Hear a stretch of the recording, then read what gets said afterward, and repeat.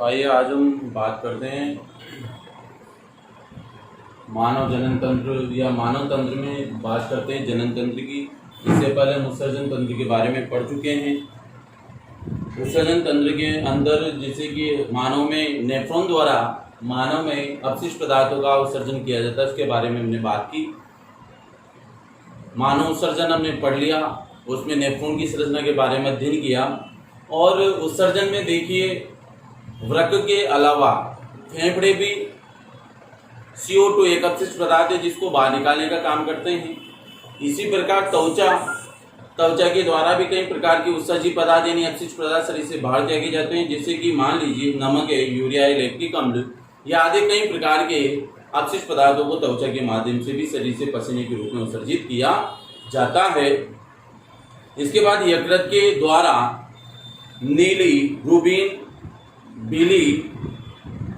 बिलीविरिडीन और यहाँ तक कि विटामिन, स्टेरॉयड हार्मोन्स कई प्रकार के अपशिष्टों को भी यकृत के द्वारा यानी लीवर के द्वारा शरीर से बाहर त्याग दिया जाता है। तो यकृत के द्वारा दो मुख्य रूप से एक नंबर का क्वेश्चन बनता है बोर्ड में कि यकृत के द्वारा किन्हीं दो अपशिष्ट पदार्थों को जो त्यागा जाता है उनके नाम लिखिए। यकृत द्वारा किन्हीं त्यागे गए किन्हीं दो अपशिष्ट पदार्थों के नाम लिखिए। तो इसमें एक लिखेंगे आप नीली रूबिन और एक होता है बिलीविरिडीन।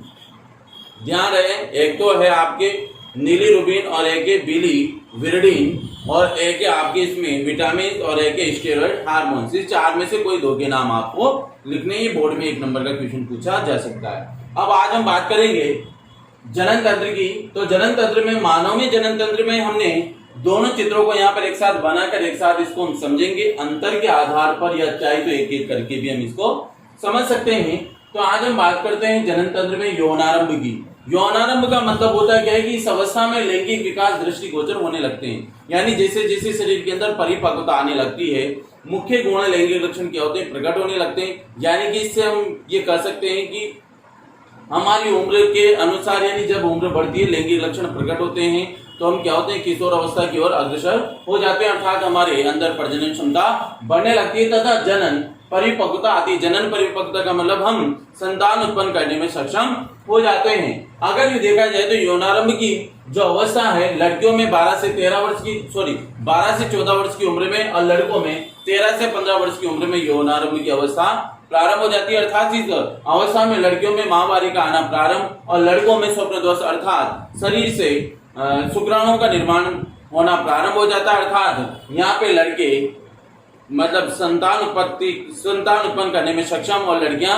संतान उत्पन्न यानी कि गर्भधारण करने में सक्षम हो जाती है। इसका सीधा सीधा अर्थ ये होता है कि लड़कियों में जब माहवारी प्रारंभ हो जाती है इस उम्र में, आजकल तो खैर इस कम उम्र में भी ये प्रारंभ होती है, परंतु इस उम्र में यौनारंभ का सीधा सा संकेत है कि वह जवान हो चुकी है। जवान होने का सीधा सा संकेत है कि लड़कियों में माहवारी प्रारंभ होने के पश्चात वो मां बनने में सक्षम है और लड़के उनमें स्वप्रदोष होने के साथ अर्थात शुक्राणु का निर्माण होने के साथ साथ वह पिता बनने की क्षमता रखते हैं, अर्थात संतान उत्पत्ति करने की क्षमता उनके अंदर आ जाती है। इसको यौनारंभ काल हम कहते हैं, यौनारंभ अवस्था इसको कहा जाता है जिसमें जनन क्षमता संपन्न हो जाती है। अब बात करते हैं हम नर जनन तंत्र और मादा जनन तंत्र की। सबसे पहले हम बात करें दोनों में अंतर। चित्र आपके सामने है, आप इसके अंदर देख सकते हैं कि नर जनन तंत्र वृषण कोश में एक जोड़ी यानी दो वृषण होते हैं। ये देखिए आप वृषण कोश है, इस वृषण कोश के अंदर दो वृषण होते हैं।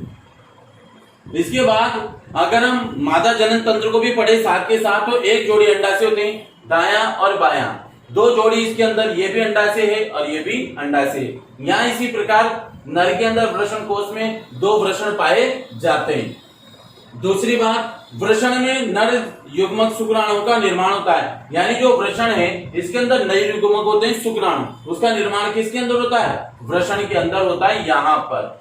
जबकि मादा के अंडाशय में मादा युग्मक अंडाणु का निर्माण होता है। तो ये जो अंडाशय होते हैं यहाँ पे इनमें क्या होता है अंडाणु का निर्माण होता है। तो मादा यानी नर के अंदर तो शुक्राणु का निर्माण कहाँ पे होता है आपके वृषण में और मादा के अंदर अंडाणु का निर्माण कहाँ होता है अंडाशय में।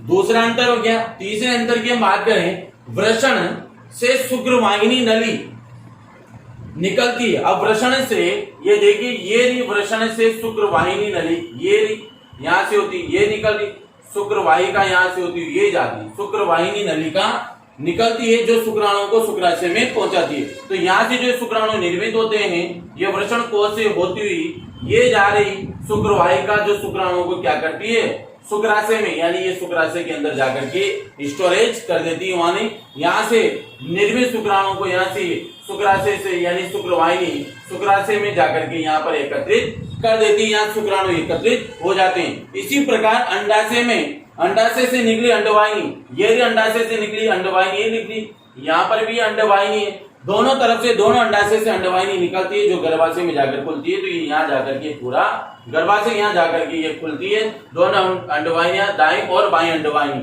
क्योंकि इनसे क्या होता है अंडाणु का निर्माण होता है। अंडाणु यहाँ से होते हुए कहाँ चले जाते हैं अंडाशय यानी गर्भाशय के अंदर चले जाते हैं। इसके बाद यदि हम बात करें चौथा अंतर, शुक्राशय में शुक्राणु एकत्र रहते हैं। ये देखिए यहाँ पे ये शुक्राशय, इसमें कई दिनों तक शुक्राणु क्या होते हैं वृषण कोश यानी वृषण में बनने के बाद वहां ले जाने के बाद वहां पर कई दिनों तक एकत्रित रहते हैं। इसी प्रकार गर्भाशय में भ्रूण का विकास, तो यहाँ से जो अंडाणु यहाँ पर जाते हैं तो यहाँ पे अंडाणुओं को निषेचित करता है शुक्राणु। तो यहाँ से योनि मार्ग से शुक्राणु जो जाता है ये यहाँ अंडवाहिनी के संकीर्ण मार्ग में निषेचन क्रिया करता है, फर्टिलाइजेशन की क्रिया होती है और यहाँ से निषेचित अंड यहाँ गर्भाशय में आकर के रोपित हो जाता है, जहां पर यहाँ पे क्या होता है गर्भाशय में भ्रूण का विकास प्रारंभ हो जाता है। जैसे मान लीजिए कि यहाँ पर ये शुक्राणु है, यहाँ से होता हुआ कहाँ जाएगा, यहाँ पे अंडाशय है और इस अंडाशय से शुक्राणु निषेचित होकर के ये अंडाणु यहाँ पर वापस आकर के गर्भाशय से चिपक जाता है, जहां पे भ्रूण का विकास होता है। नंबर 5, शुक्राशय से जो कि मूत्र नलिका से जुड़ा होता है। ये रहा शुक्राशय मूत्र नलिका से जुड़ा हुआ, ये मूत्र जनन नलिका ये जुड़ा है, पूरी नलिका यहाँ पे आ रही जो शुक्राशय से जुड़ी हुई है। तो जुड़ा होता है जुड़ा रहता है इस द्वार द्वारा ये बाहर खुलती कौन शुक्रवाहिनी मूत्र नलिका द्वारा या जनन नलिका द्वारा बाहर खुलती है। शिश्न नर इंद्रिय प्रकार शुक्राणु तथा मूत्र त्याग नर में एक ही छिद्र द्वारा होता है, यानी कि ये शुक्रवाहिनी जो मूत्र नलिका में जा रही है इसी से नर अपनी जनन क्रिया को संपन्न करता है, इसी के द्वारा मूत्र भी त्याग करता है, इसी के द्वारा संभोग क्रिया यानी कि मैथुन क्रिया संपन्न करके यानी जनन क्रिया को भी इसी मार्ग से संपन्न करता है, यानी इसी मार्ग से आपके मूत्र को त्याग जाता है और इसी मार्ग से शुक्राणुओं को भी त्यागा जाता है, यानी वीर्य का स्खलन भी इसी मार्ग से होता है। यानी नर में मूत्र जनन छिद्र और जनन छिद्र दोनों एक ही होते हैं। इसके बाद हम बात करते हैं नंबर 5, मादा के अंदर ये क्रिया कैसे गर्भाशय योनि मार्ग द्वारा बाहर खुलता है। ये गर्भाशय योनि मार्ग ये रहा, इसके द्वारा ये बाहर खुलता है।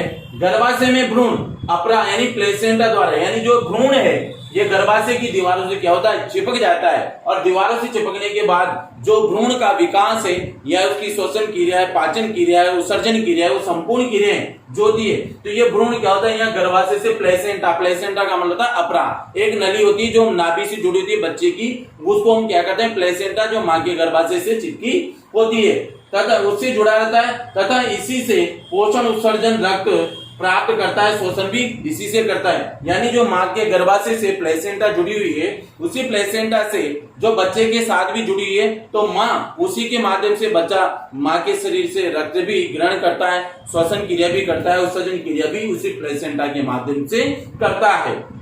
ये क्रिया होगी। 5वां अंतर दोनों में डिफरेंस।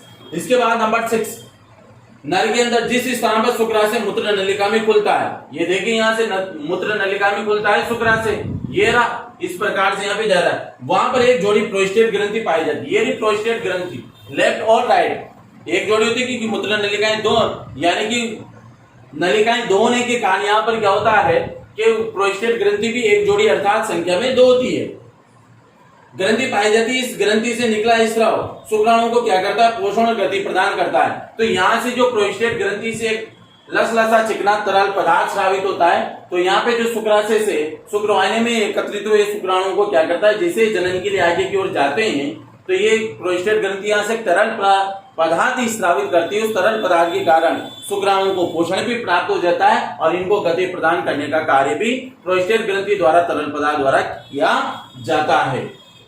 तो प्रोस्टेट ग्रंथि द्वारा जो तरल पदार्थ होता है वो शुक्राणुओं को गति भी प्रदान करता है, पोषण भी प्रदान करने का कार्य करता है। इसके बाद नंबर नेक्स्ट है मादा में निषेचन में अंडवाहिनी में अंडाणु का शुक्राणु द्वारा निषेचन होता है। तो अंडवाहिनी में अंडाणु का। अब ये अंडवाहिनी, यहाँ से अंडाणु कहाँ गया, फैलोपियन ट्यूब यानी अंडवाहिनी में जाता है। तो वहां पर क्या होता है, मैंने अभी थोड़ी देर पहले बताया आपको कि यहाँ से शुक्राणु आता है इस प्रकार से गति करता हुआ, और इस अंडाशय में, अंडाशय से शुक्राणु इस पर अटैक करके यहाँ पे क्या करता है, निषेचन कर लेता है, जिससे युग्मनज यानी जायगोट यानी भ्रूण का निर्माण होता है। और यह निषेचन के बाद ये भ्रूण यहाँ जाकर के गर्भाशय में जाकर रोपित हो जाता है, जहां से समय समय पर पोषण, पाचन, उत्सर्जन की क्रियाओं को संपन्न करके 280 दिन यानी 9 माह और 10 दिन की अवधि के पश्चात यहाँ पे क्या होता है, भ्रूण एक शिशु के रूप में 280 दिन बाद जन्म लेता है, माँ के गर्भाशय से जन्म लेता है। और गर्भाशय की यह शिशु गर्भावस्था काल होता है 280 दिन का यानी 9 माह 10 दिन का, जिसके पश्चात शिशु इससे गर्भाशय से जन्म लेता है। इसके बाद हम बात करेंगे नंबर 7, वृषण से नर जनन हार्मोन टेस्टोस्टेरोन स्रावित होता है। अब वृषण से नर जनन हार्मोन कौन सा है, टेस्टोस्टेरोन स्रावित हो, जो शुक्राणु के निर्माण को क्या करता है, प्रेरित करता है। ये टेस्टोस्टेरोन हार्मोन ही शुक्राणु के निर्माण को प्रेरित करता है, और ये शुक्राणु इस हार्मोन के द्वारा किसमें बनते हैं, वृषण के अंदर बनते हैं, तथा द्वितीय के गुण लैंगिक लक्षणों को नियंत्रित करता है, जैसे आवाज का भारी होना, दाढ़ी मूंछों का आना, शरीर पे बालों का आना। इन लक्षणों को भी टेस्टोस्टेरोन हार्मोन ही क्या करता है, नियंत्रित करता है। किसके अंदर, नर के अंदर। जबकि मादा के अंदर क्या है, अंडाशय से मादा जनन हार्मोन एस्ट्रोजन और प्रोजेस्टेरोन 2 प्रकार के हार्मोन स्रावित होते हैं, जो अंडाणु निर्माण को क्या करते हैं, प्रेरित करते हैं। जो अंडाणु निर्माण है अंडवाहिनी में, उसको प्रेरित करने का कार्य कौन करता है, एस्ट्रोजन और प्रोजेस्टेरोन हार्मोन। 2 प्रकार के हार्मोन मादा के अंदर पाए जाते हैं। तथा द्वितीय गुण लैंगिक लक्षणों को भी क्या करते हैं, जैसे स्तनों का विकास है, यहाँ तक कि दुग्ध ग्रंथियों का निर्माण है, आवाज का पतली होना, आंतरिक जननांगों पर बालों का उगना, आवाज का पतली होना, इन सभी गुण लैंगिक लक्षणों को नियंत्रित भी कौन करता है, ये एस्ट्रोजन प्रोजेस्टेरोन हार्मोन ही करता है। तो इस प्रकार से ये नर जनन तंत्र और मादा जनन तंत्र हमने दोनों में अंतर एक साथ पढ़े हैं। और आपको जैसे कि पता है, दोबारा दोहराते हैं कि नर के अंदर वृषण कोश के अंदर एक जोड़ी वृषण पाए जाते हैं। इन वृषण के अंदर क्या होता है, शुक्राणु का निर्माण होता है। शुक्राणु निर्माण के पश्चात शुक्रवाहिनी द्वारा शुक्राणु को शुक्राशय के अंदर ले जाया जाता है। यहाँ कुछ दिनों तक एकत्रित होते हैं। जब जनन क्रिया स्रावित संपन्न की जाती है, नर जनन क्रिया करता है, तो उस समय प्रोस्टेट ग्रंथि संख्या में 2 है, तो यहाँ से एक तरल पदार्थ स्रावित होता है जो शुक्राणु को गति और पोषण प्रदान करता है। और नर जनन छिद्र और मूत्र जनन छिद्र द्वारा नर क्या करता है, अपनी जनन क्रिया को संपन्न कर और मां यानी महिला के गर्भाशय या मादा के गर्भाशय के अंदर शुक्राणु का स्खलन कर देता है। इसी प्रकार आप देखिए मादा के अंदर, मादा में एक जोड़ी क्या होते हैं, अंडाशय होते हैं। इन अंडाशय द्वारा अंडाणु उत्सर्जित किए जाते हैं।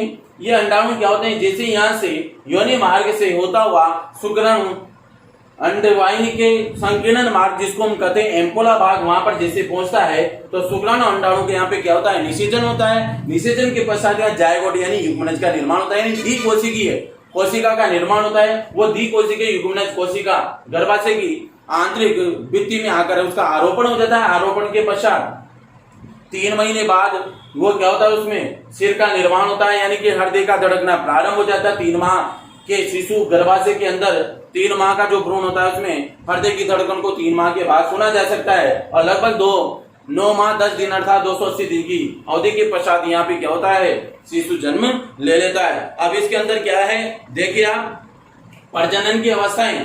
प्रजनन की अवस्थाओं को 4 भागों में बांटा गया है। एक तो युग्मक जनन, नर के वृषण तथा मादा के अंडाशय से अगुणित युग्मकों के निर्माण की क्रिया को हम क्या कहेंगे, युग्मक जनन। युग्मक जनन में क्या होता है, यहाँ पर देखिए एन गुणसूत्र और एन गुणसूत्र, एक ये तो एन का नर का शुक्राणु और ये मादा का अंडाणु, दोनों मिलकर के क्या करते हैं, अगुणित कोशिकाओं से बराबर क्या करते हैं, 2n द्विगुणित कोशिका का निर्माण करते हैं, जिसको युग्मक जनन की प्रक्रिया कहा जाता है। यानी अगुणित गुणसूत्र जो होते हैं ये द्विगुणित कोशिकाओं में बदल जाते हैं, यानी इनका निर्माण युग्मक जनन कहलाता है। इसके बाद शुक्र जनन के शुक्राणु निर्माण की क्रिया शुक्र जनन कहलाती है। अंड जनन का निर्माण है, अंडाणु निर्माण की क्रिया अंडजनन कहलाती है। इसके बाद निषेचन की बात करें, मैं नॉर्मली आपको परिभाषाएं बता रहा हूं। निषेचन शुक्राणु एवं अंडाणु के युग्मक या संयोजन से युग्मनज का निर्माण होता है। इस प्रक्रिया को यानी अंडाणु शुक्राणु के संयोजन से युग्मनज के निर्माण की प्रक्रिया को हम क्या कहते हैं, निषेचन कहते हैं। यानी एक अंडाणु एक शुक्राणु का मिलना ही क्या कहलाएगा, निषेचन कहलाता है। भ्रूण का रोपण जिसे मैंने बताया था आपको, कोरक का गर्भाशय के अंत स्तर में जाकर स्थापित होता है। इस क्रिया को हम क्या कहते हैं? भ्रूण रोपण। यानी कोरक का मतलब है जायगोट, भ्रूण का निर्माण। यानी कि गर्भाशय की आंतरिक भित्तियों में क्या होता है? इसका आरोपण हो जाता है, वहां ये चिपक जाता है। अगर ये वहां पर चिपक जाता है तो वहां पर क्या होता है? एक शिशु का निर्माण प्रारंभ हो जाता है। अगर इसका पता लगाया जाता है कि कोई महिला गर्भवती हुई है या नहीं हुई है, तो 28 दिन की अवधि के बाद अगर ये अंडाणु यहाँ से आरोपित नहीं हो पाता है तो ये माहवारी के रूप में म्यूकस कोशिकाओं के माध्यम से एक तरल पदार्थ द्वारा 3 या 4 दिन तक माहवारी के रूप में अपघटित होकर शरीर से बाहर निकल जाता है। तो इसका मतलब उस महिला ने गर्भधारण नहीं किया है। इसके बाद प्रसव, गर्भस्थ शिशु के पूर्ण विकास होने के बाद बच्चे को जन्म की क्रिया, यानी गर्भस्थ शिशु के पूर्ण विकास, यानी कि पूर्ण विकास कितने दिन में होता है? 9 माह 10 दिन, यानी 280 दिन की अवधि पूर्ण होने के बाद एक महिला अपने प्रसव क्रिया के माध्यम से एक शिशु को जन्म देती है। तो यहाँ पर क्या होता है कि गर्भस्थ अवस्था का 9 माह 10 दिन का समय पूर्ण होने के पश्चात शिशु के जन्म की क्रिया को हम क्या कहेंगे? प्रसव क्रिया कहते हैं। जैसा कि आपको समझ में आया होगा कि मादा जनन तंत्र और नर जनन तंत्र में अंतर के आधार पर आज हमने इसे समझा। धन्यवाद।